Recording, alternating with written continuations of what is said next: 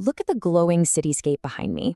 Behind every lit window, inside every office building, and on nearly every street corner, there's a routine quietly playing out.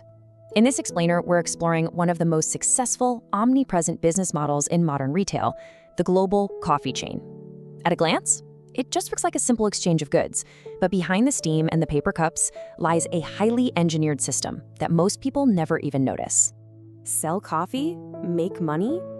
It seems so incredibly simple, doesn't it? It's the superficial assumption we all make when we're standing in line. We hand over our cards, we take our drinks, and we just assume we've participated in a straightforward, everyday transaction.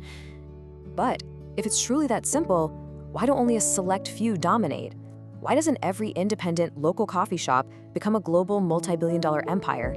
Well, it's because the titans of this industry aren't just selling coffee, they're selling something much, much bigger. Which brings us to our first section, the entry point. You see, the coffee itself is really just the beginning. To really understand the architecture of these empires, we first have to accept that the beverage in your cup isn't the final product. It's actually just the bait for a highly engineered psychological system. The core concept here is that habits create predictable customers. Most people think the coffee is the product, right? But the true corporate goal is fundamentally different. Imagine a customer buying a coffee just once. Sure, that has value. But now imagine that exact same customer buying a coffee every single morning for years. The lifetime value completely skyrockets. By offsetting customer acquisition costs through heavily engineered retention, these chains are building businesses entirely around repetition rather than isolated transactions. Moving on to section 2, engineering the third place. So how exactly do they physically capture your time? By engineering what sociologists call the third place. Think about it. Your home is the first place. Your workplace is the second. The coffee shop is meticulously designed to become your third. It's a designated environment outside of those two spheres, meant for relaxing, meeting people, working, or just existing. But this concept actually reveals something a bit darker. The physical space itself is being weaponized.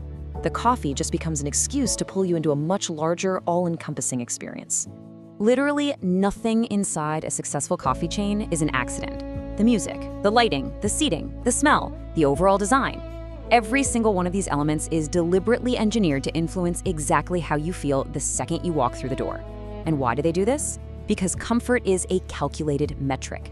The more comfortable you are, the more time you spend inside. And in the retail world, time spent inevitably equals money spent. That brings us to section 3, the frictionless business model. If we step out of the physical space for a moment and look at the transaction itself, we start to see the cold strategy behind why you hand over your money so easily, day after day. Think about a luxury purchase. That requires high friction. It demands deep thought, serious financial consideration, and usually a bit of hesitation. But a coffee purchase? It's the ultimate low-friction transaction. The cost feels incredibly small to you, and the reward is immediate. This specific combination creates one of the most powerful psychological patterns in all of business. Incredibly low friction paired with incredibly high repetition. Let's look at how they reinforce this in section 4, rewarding the habit. Modern coffee chains focus heavily on convenience. The physical space and the low cost, that's just not enough anymore. Now, we have to look at the digital algorithms and loyalty systems that silently, almost invisibly, enforce this physical routine on us. It works in 3 steps. Step 1, the mobile order, or the drive-through. Maximum convenience. Step 2, quick service, where the friction of waiting is entirely removed.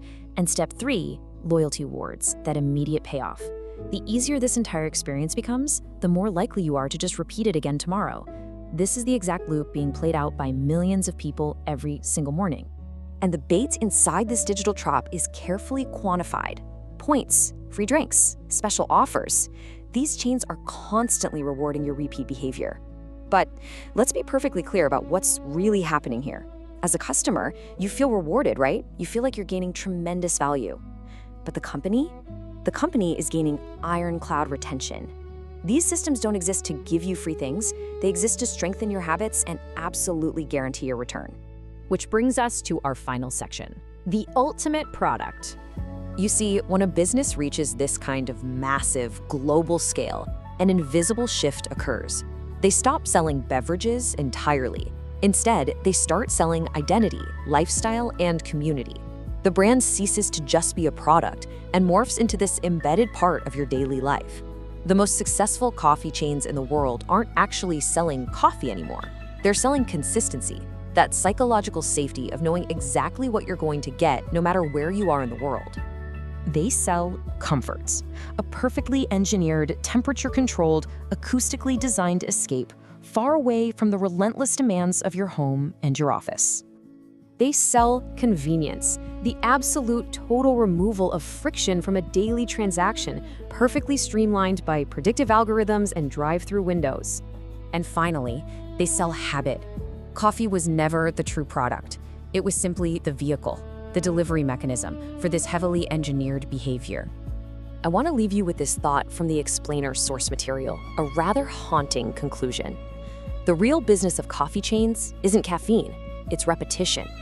Because businesses only become truly powerful when customers return again and again. And very few products create daily habits quite as effectively as coffee. Behind every wildly successful business, there's a system most people never even notice. So ask yourself, whose system are you going to be a part of tomorrow morning? This is CorpFile, inside the world of big brands. Subscribe to explore the real stories behind the companies that shape our world.